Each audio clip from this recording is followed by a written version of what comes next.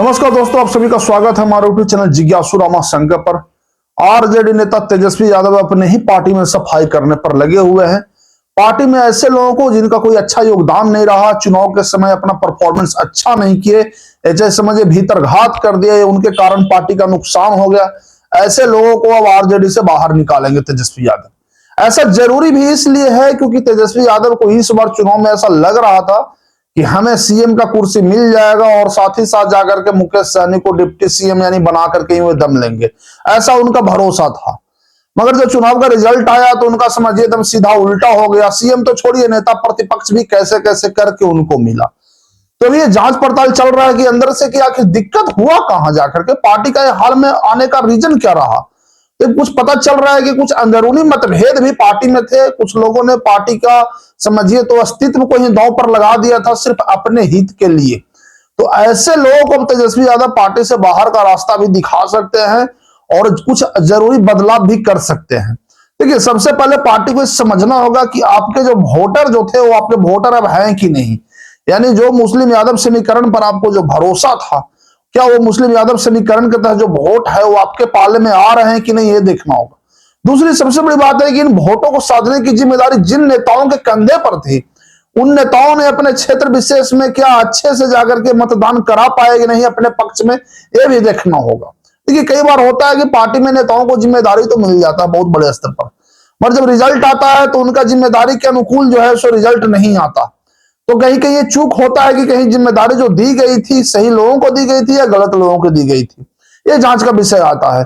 तो तेजस्वी यादव इसी चीज पर मंथन कर रहे हैं। आगामी जो तारीख 25 तारीख को पटना में जो मीटिंग हो रहा है आरजेडी का, उसमें इसी बात पर हमेशा जोर दिया जा रहा है कि पार्टी में वैसे लोगों को आगे बढ़ाया जाए जो पार्टी में अपना योगदान दे करके पार्टी को मजबूत कर सकते हैं, और ऐसे लोगों को बाहर भी किया जाए जो पार्टी में रह तो रहे हैं मगर योगदान नहीं दे रहे हैं, कुछ अच्छे काम नहीं कर रहे हैं जिस वजह से पार्टी का फायदा नहीं हो रहा है। तो ऐसे लोगों को शायद बाहर का रास्ता भी दिखाया जाएगा।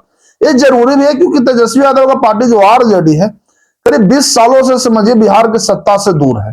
बीच में एक आध दो बार जाकर के समीकरण बना भी तो वो भी केवल उप मुख्यमंत्री का ही पद मिला।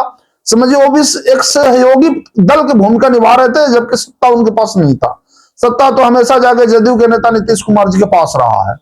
एक सबसे बड़ा यही जरूरी आ जाता है कि जो पार्टी का लगातार 15 साल राज रहा और वह पार्टी अब लगातार 20 साल से सत्ता से दूर रहे, ये कैसे संभव है, जांच का विषय तो बन ही जाता है।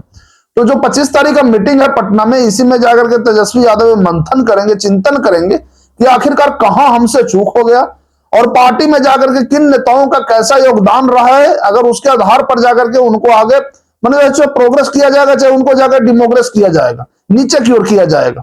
देखिए, पार्टी में जरूरी होता है बदलाव। अगर आप ऐसा बदलाव अगर नहीं करेंगे तो पार्टी का समझिए अस्तित्व ही दांव पर लग जाता है। आज अगर देखिए भाजपा का ही कितना बड़ा बदलाव हो गया, बिहार से ही नितिन नवीन अब उसके राष्ट्रीय अध्यक्ष बन गए। ठीक आज के 2-3 महीना पहले कोई कल्पना भी कर सकता था कि नितिन नवीन जाकर के राष्ट्रीय अध्यक्ष बनेंगे? कोई नहीं कर सकता था। पर पार्टी में कितना बड़ा बदलाव आया, भाजपा ने उनको एक राष्ट्रीय अध्यक्ष तक जाकर के पहुंचा दिया। एक सोचिए आम कार्यकर्ता जो महज एक विधायक बने, मंत्री बने और उसके बाद सीधे जाकर के पार्टी का एक राष्ट्रीय अध्यक्ष बना देना, समझिए उनके पास अगर देखा जाए तो कोई बहुत बड़ा दायित्व भी नहीं था। तो बदलाव सिर्फ इसलिए किया जाता है ना ताकि पार्टी जो है सो समय के अनुकूल चल सके, जैसा उसका जो डिमांड होता है वैसा उसका चल सके। पर राजद में जाकर के बदलाव अभी बहुत दिनों से नहीं हो रहा है, जो कि अब होने जा रहा है। ये अच्छा है राजद के लिए, क्योंकि अगर वे बदलाव ऐसा नहीं करेंगे तो उनके पार्टी का रिजल्ट वही आएगा जो पहले से आते आ रहा है।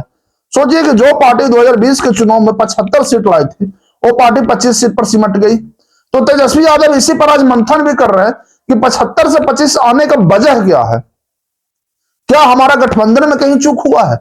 ये चाहे जिन नेताओं को हमें टिकट दिया था क्या वे इसके योग्य थे? ये जिन नेताओं को जाकर के हमने एक जिम्मेदारी दिया था क्या इसके योग्य थे? तो इस पर जाकर के चिंतन करेंगे और ऐसे लोगों को ही आगे करेंगे जो पार्टी के हित में हो, और जो पार्टी के हित में नहीं हो उन्हें जाकर के बाहर का रास्ता दिखाया जाएगा और एक अच्छा संदेश भी दिया जाएगा पार्टी में कि जो काम करेंगे उन्हीं को पार्टी जाकर के अब रखेगी।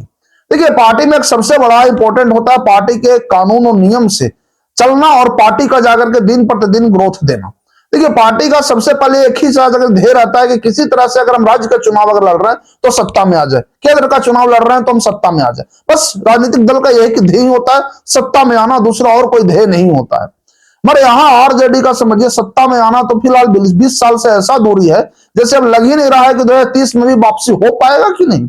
इस पर भी प्रश्न चिन्ह अभी से ही लग रहे हैं, मगर इसको सुधारने की जरूरत है।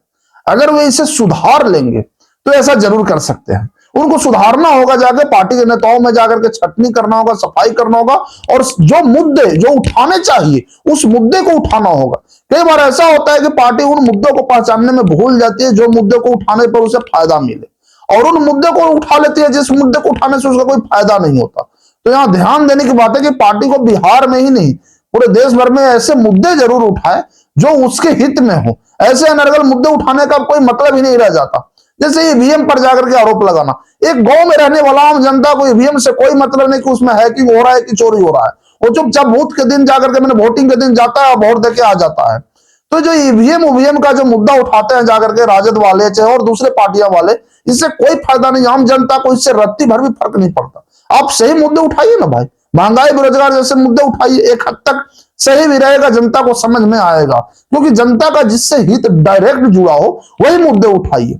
तो पार्टी को इन सब चीजों में बदलाव करना होगा, नेताओं की जिम्मेदारी अच्छा देना होगा, मुद्दे सही उठाने होंगे। तो मुद्दे सही कौन उठाएगा? नेता। और नेता वही मुद्दे सही उठाएगा जिसमें ये सब पहचानने की क्षमता हो, यानी सही नेता है। तो बस यही करने वाले हैं तेजस्वी यादव जी। आने वाले जाकर 25 तारीख को जो पटना में मीटिंग है, बैठक है राजद का, उसमें यही करेंगे। राजद में से कुछ नेताओं का जरूर जाकर के विदाई हो सकता है, ऐसा संभावना जताया जा रहा है, क्योंकि उनकी परफॉर्मेंस जो है सो चुनाव के समय कुछ अच्छा नहीं रहा। देखिए, सबसे पहले जाकर के पार्टी का बताया कि एक ही लक्ष्य होता है, सत्ता में आना, दूसरा कोई लक्ष्य नहीं होता है। आज जितने भी पार्टी कहता है कि मैं आऊंगा तो ये कर दूंगा वो कर दूंगा, जब वो आएंगे तब ना करेंगे। तो कहां आएंगे भाई? सत्ता में। अब जब सत्ता में आ ही नहीं रहे हैं तो आपके लिए वो क्या करेंगे? तो ये तो केवल मांग करते ही रह जाएंगे जाकर के सत्ता पक्ष से। विपक्ष कुछ भी कर ले, सत्ता पक्ष जो चाहता है वही करता है, और सत्ता में आ नहीं रहे हैं क्योंकि जनता इनको वोट नहीं दे रही है। जनता वोट किस मुद्दे पर देती है? जिसमें जनता का हित जुड़ा हो। तो ये सब मुद्दे पहचानना होगा जाकर पार्टी को, और पहचान करके ही मुद्दे उठाना होगा कि हमें कौन से मुद्दे उठाना है जिससे हमें फायदा हो। अगर आप कुछ ऐसे मुद्दे उठा रहे हैं जिससे जनता का डायरेक्ट फायदा ही नहीं हो रहा है, तो आखिर आकर को कौन वोट देगा? और क्यों अनर्गल मुद्दे उठाते हैं भाई? अनर्गल मुद्दे उठाने से कभी किसी का भला भी तो नहीं हुआ है।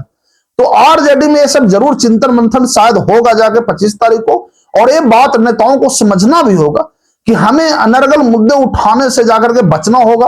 पार्टी में ऐसे लोगों को जिम्मेदारी देना होगा जो समसामयिक यानी करंट अफेयर्स के जो मुद्दे हैं, ताजा मुद्दे हैं, उसे पहचाने और उसे उठाए और जनता के सामने रखें।